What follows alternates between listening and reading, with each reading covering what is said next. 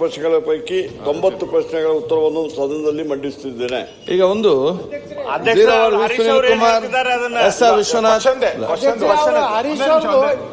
ಕೆಲವೊಂದು ಪ್ರಶ್ನೆಗಳ ಉತ್ತರನೇ ಬರ್ತಾ ಇಲ್ಲ. ಒಂದೇ ನಿಮಿಷ, ಅವರು 3 ಅಧಿವೇಶನದಲ್ಲಿ ಒಂದು ಒಬ್ಬರು ಮಾತಾಡಿ. ಇಂಡಸ್ಟ್ರಿ 6 ಅವ್ರು ಕೂತ್ಕೊಳ್ಳಿ, ಸೀನಿಯರ್ ಮೆಂಬರ್. ಇಂಡಸ್ಟ್ರಿ 6 ಸಂಬಂಧಪಟ್ಟಂತೆ 3 ಅಧಿವೇಶನದಲ್ಲಿ ಒಂದು ಕ್ವಶನ್ ಹಾಕಿದ್ದಾರೆ. 4 ಅಧಿವೇಶನ 3 ಅಧಿವೇಶನದಲ್ಲಿ ಹಾಕಿದ್ದಾರೆ. ಅದು ಸ್ಟಾರ್ ಆಗಿಲ್ಲ ಅಂದ್ರೆ ಅವರ ದುರಾದೃಷ್ಟ, ಬಿಟ್ಬಿಡಿ, ಅದು ನಾವು ಅದನ್ನ ಪ್ರಶ್ನೆ ಮಾಡಕ್ ಹೋಗಲ್ಲ.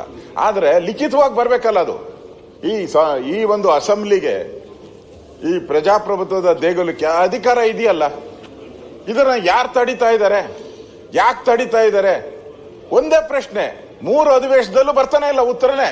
ಲಿಖಿತವಾಗೂ ಕೊಡ್ಲಿ, ನಾವೇನ ಸ್ಟಾರ್ ಆಗ್ಬೇಕು ಅಂತಲ್ಲ, ಲಿಖಿತವಾಗೂ ಬರ್ತಾ ಇಲ್ಲ. ಯಾರು ಕೈವಾಡ ಇದಾರೆ ಇದ್ರಿ? ತಮ್ಮ ಆಫೀಸ್, ಸಭಾಧ್ಯಕ್ಷರೇ, ತಾವು ಸುಪ್ರೀಂ ಇಲ್ಲಿ, ಓಕೆ, ನಿಮ್ಮ ಆಫೀಸಲ್ಲಿ ಯಾರು ಅದನ್ನ ತಡಿತಾ ಇದ್ದಾರೆ?